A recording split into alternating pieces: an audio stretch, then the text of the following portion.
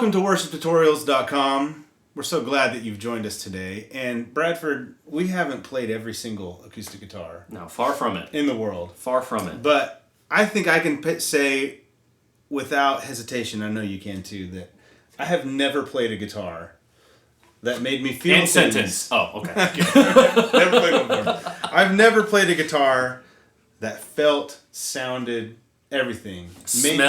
Made me feel things that the way these McPherson guitars do. Yes. And we're holding McPherson Wood Guitars, but this statement also extends to the carbon fiber McPherson behind us. Yes. That thing is unbelievably good. It makes my brain hurt trying to figure out, and we've talked about it, so we'll link to the video so you can see more about that if that interests you. But today we're there's a video we did on that carbon fiber guitar, link below. But we're here today to talk to you just a little bit about these McPherson wooden guitars. Magical McPherson that Bradford and I both have. Guitars. And you might have noticed that there's been a lot of McPherson acoustic guitars in the worship tutorials content lately. And so about a year ago or so, McPherson... Maybe not quite, but yeah. Maybe not quite. McPherson Guitars reached out to us and asked us if we'd be interested in trying that carbon fiber guitar that's behind us. In full disclosure, they sent it to us, and they just said, try it out. If you like it, if you like it and want to put it in your content, you can keep it as long as you're making content with it. All Brian had to say was... I received an email from McPherson, and I said, Bradford goes, email them back yes. right now. Say yes.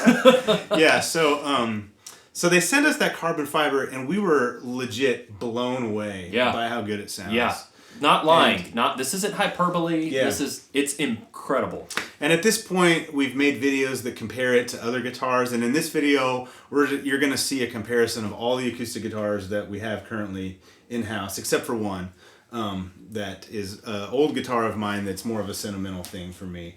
But you'll hear all these guitars compared to one another, but we have just fallen in love with McPherson guitars. Everything about them. The company, the people behind the company, the product itself, the way they sound, the way they feel, the way they play.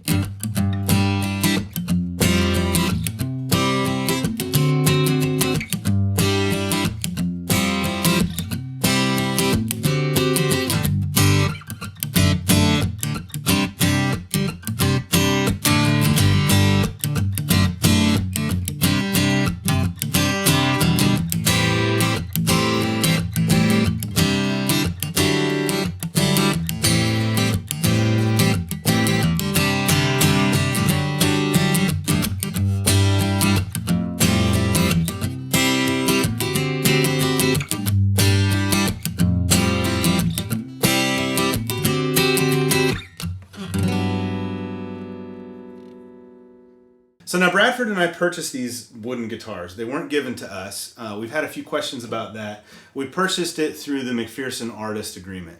And so these are guitars, like when we say that these are the best guitars we've ever played, we pretty much put our money where our mouth is. We exactly put our money where our mouth is. And these things are unbelievably good. So we talked in that McPherson vlog video about which you should check out the level of excellence to which they build their guitars. Like if you put a camera inside the sound hole here, you don't even see a speck of glue. Yeah. Like it's just so meticulous. Crazy. Let's talk about these individual guitars a little bit. So this is the McPherson MG body style. It's sort of the one that they've had since the beginning. Notice more of the softer cutaway here versus Brian's. This is the Camrielle, the Camrielle model. Yes. And so these are basically the two body shapes that you get. And then on the carbon fiber is more reminiscent of this Camrielle. And that's called the Sable. Yes. So yours is the MG. What's the body thickness on yours? 4.5. It should say on the inside. 4. 4 inches, yes. So if you look at it, I don't hit you in the face. If you look at it, the thickest part here, they kind of taper back down again. Yep. But the thickest part is about right here-ish, and it's 4 inches. They have 5 inches. That's huge. So that's your big boy. That's your big boy. It's a Seinfeld reference. You can get varying thickness of the body. 3.5. And it's this thickness right here. So they're almost all the same up here. and then they'll either taper out or taper in. Yeah. Depending on the model you get. Yeah, it'll like, you can get one that kind of like tapers down significantly. Is it three and a half to 5? So 3.5, 4, 4.5, 5. Yeah. Yeah. And so it's and that'll give you a different frequency response when you play it. It'll sound, one way or the other. Brad, talk to us about the wood selection on yours. So you have to talk about your religious experience. I have to talk about this. I can't explain it. Yeah.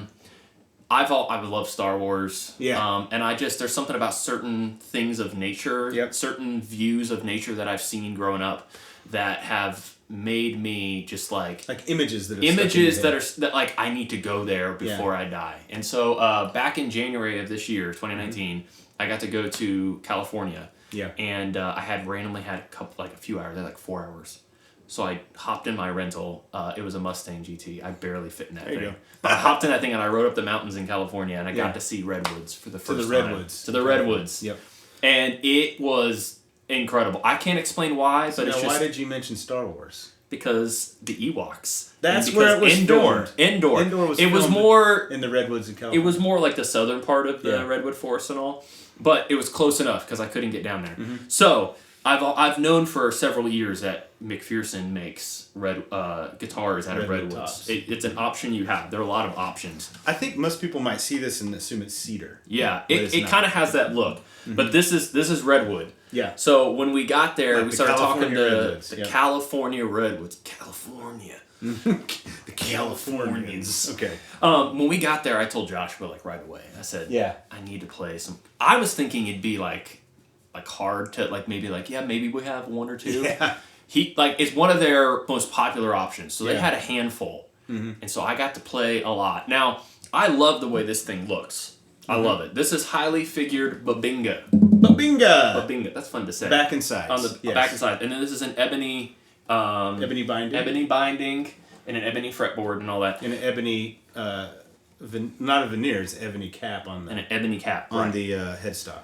Yep. And I got to play a handful, and this initially wouldn't have been one that the look I would have wanted initially. Not because I didn't like it, but I had this thing in my mind. But I got to play this one while we were there. This exact one. Yeah. You had an emotional response to it. Yes. I was there. I saw it happen.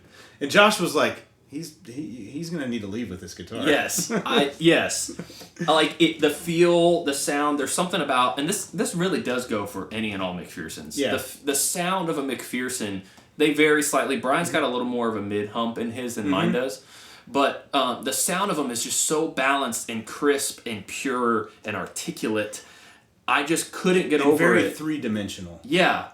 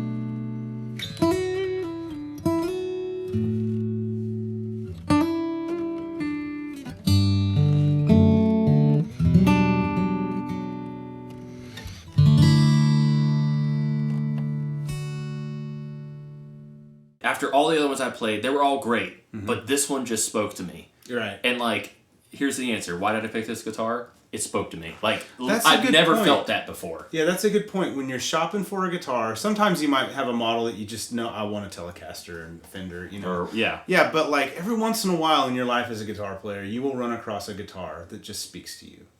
And that guitar, and sometimes, and if you have the means, the opportunity to buy it, and we realize too how much these guitars cost. We're not that fact is not lost on us that these are very expensive guitars. Yeah. And we consider ourselves extremely fortunate to be able to be in a position where we can play these. And we're thankful for the relationship with McPherson that allows us to. Yeah. And if you, but if you have an opportunity to find a guitar like that speaks to you, and you have the means to purchase it. Like, it's a pretty cool experience as a guitar player. It's kind of a you know, like a bucket list kind of a thing.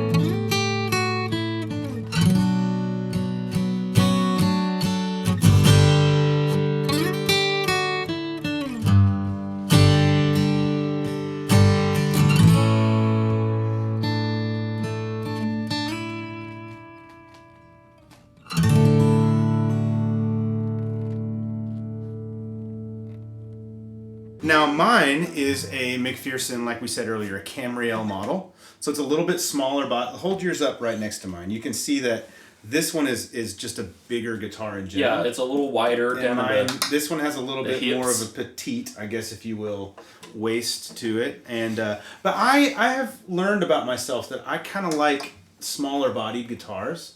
Like if you were going to ask me what like Martin body shape I would want, the triple O or the OM size is like, I really like the way those sound. They just have this mid-range focus thing that just sounds awesome. And this was one of the guitars that they had in the showroom when we visited. We were both lucky that they didn't sell in the time between we visited there and pulled the trigger.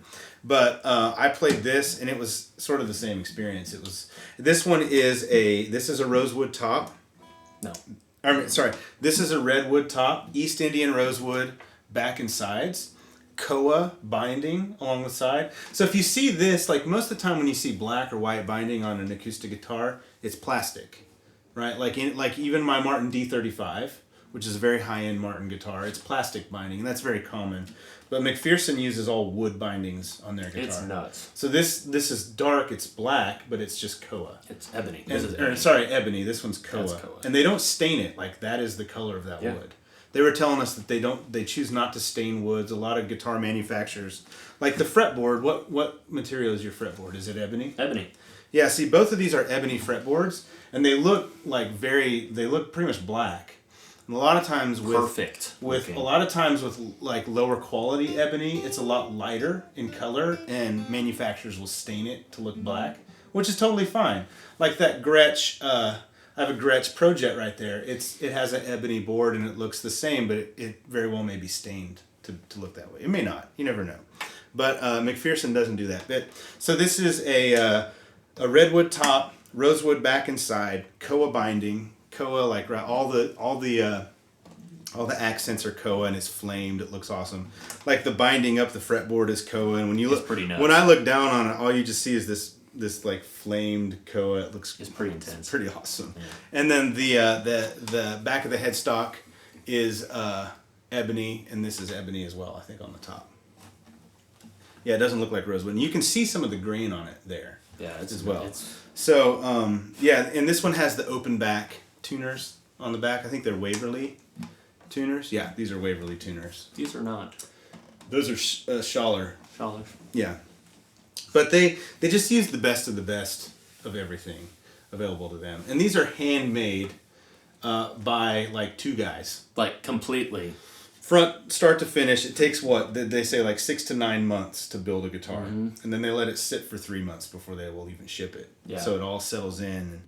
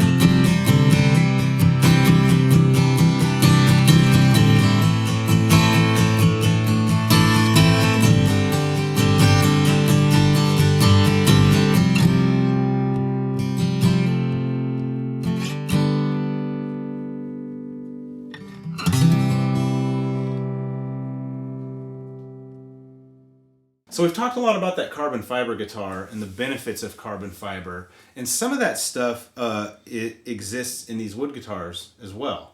So these guitars are different than most acoustic. Well, they're very different than a lot of acoustic guitars. In ways you already know and can tell, but there's others too. But here's some of the features that the most apparent are the sound hole, right? So the offset sound hole. And what you may not be able to see is these necks are cantilevered.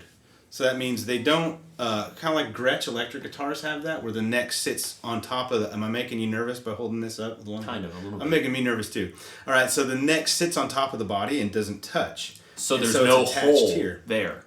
So what you get is the soundboard of the guitar starts here and ends here, and there's nothing in the middle that impedes the flow of energy. So you get a much more responsive top that way.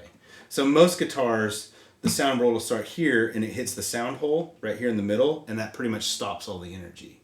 And it kind of goes around, and then the neck is glued into the guitar. And there's like just cut it there's out. a cut that fits right in. Yeah. So these McPhersons have a much higher surface area for the energy, sound energy to travel. They do the same sort of concept with their bracing. So if you look inside, these are actually, the bracing is actually 3 pieces of wood. Mm-hmm. And they match, they choose the type of wood for the bracing based on the model of the guitar, the body shape, the woods in the guitar. Because each of, all those different woods transfer energy in different ways. And they sort of have these recipes of sound that they've come up with. But even their bracing, like most of the time on a bracing on an acoustic guitar, like it'll X sort of right here below the sound hole. On the top part, on your top. And this moved sound hole also allows them to move the bracing around, but where it X's, the piece of wood is actually ends there. Yeah, one of them has to stop so it can the other one can cross. That makes sense. But on McPherson's bracing, they cut it, or they shape it so that the one piece goes up and has it's like a bridge. Yeah, it has it's like hole. a road that goes underneath a bridge. Yeah. And so the bracing itself never is not disrupted. It never stops. Sound energy flows all the way through it. It's crazy. So the level of detail and ingenuity and intentionality. Yeah. Yeah. And it's just off the charts. It's literally the best of the best of the best. Yes. That you get with a McPherson guitar. And the neck, so for example, there's no truss rod in these guitars, so you never have to adjust a truss rod. So what you might say, well, what do you do when the neck moves? Well, the neck is actually, they showed us cross sections of the neck while we were there, and if you cut it in half, the wood on the back of the neck is actually really thin, and the rest of it is a solid rod of carbon fiber, and it just doesn't move. You can go from climate to climate to climate, and it kind of behaves like a carbon fiber guitar. Like the neck just won't move. I've already heard this, and my mind's being blown again. Yeah, so you really, you don't have to worry about adjustment on a guitar. Of course, if something ever goes out, you can just send it to McPherson, and they'll take care of it. And the neck actually can come off. You'd have to see on the inside. The way it comes off, it is bolted on, and this, everything about McPherson guitars is patented. Highly engineered, yeah. And patented, because Matt McPherson and his team are geniuses. Yeah.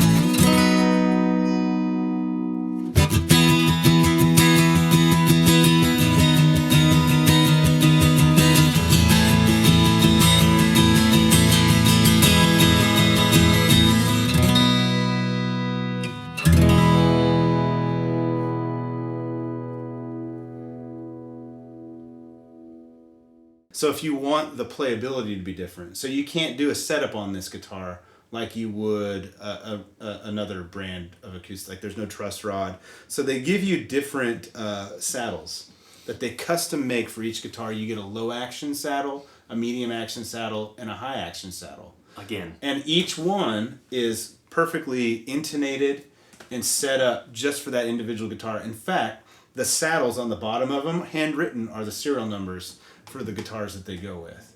And so you know that saddle goes with that guitar, You know, in case you have like 8 and you can't keep track of If you want, well, they might have 8 in the factory when they're building it at the same time. But if you want like the playability, the action to be different, I think these both have the medium saddle on. Yeah, they're not. And the super playability low, is perfect.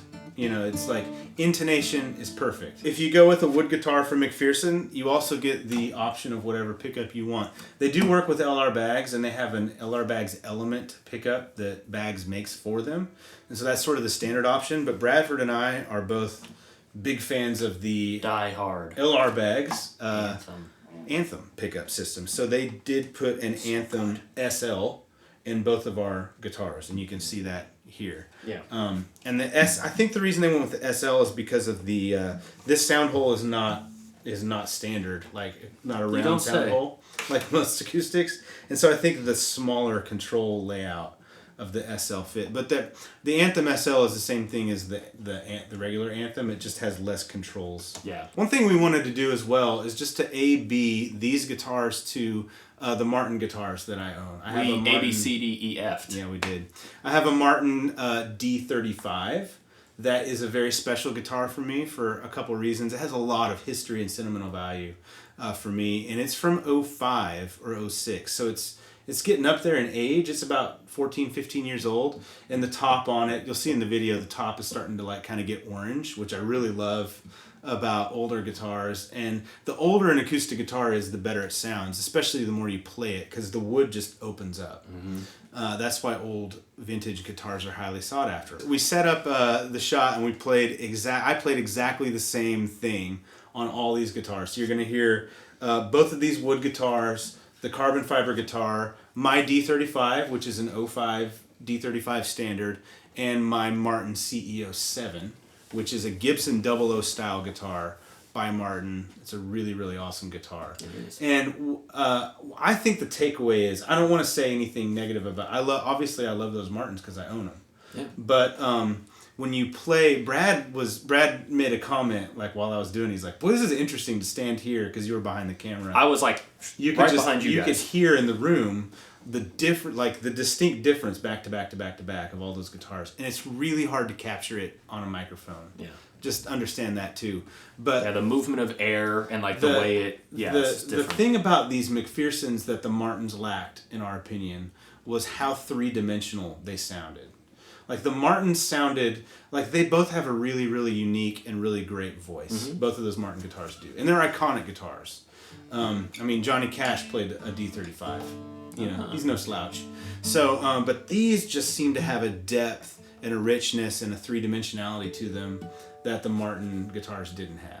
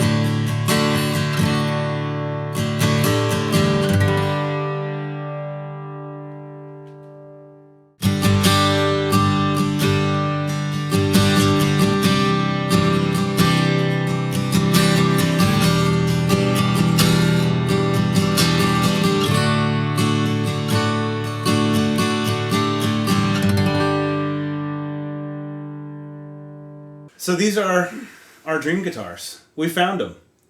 The best guitars we've ever played in our lives. These McPherson Wood Guitars, and that McPherson carbon fiber guitar is also awesome. It's kind of funny. All of our friends who play these, I've been asked to borrow that guitar many times by different people. Fuller refuses to record with anything else. Yeah, he records with that diva-like. He records with that carbon fiber all the time because Fuller makes a lot of. I refuse to play any other guitar. It's true. So we hope you've enjoyed sort of the tour of these McPherson Wood guitars. They are they are like a dream guitar, like a bucket list guitar. I've wanted one since I was like a teenager. And like we said, we just feel so fortunate to be able to have him play these. A huge thank you to McPherson for working with us. We hope you've enjoyed this video. You're going to see these guitars in a lot of content moving forward here at Worship Tutorials. Thanks for watching. Bye.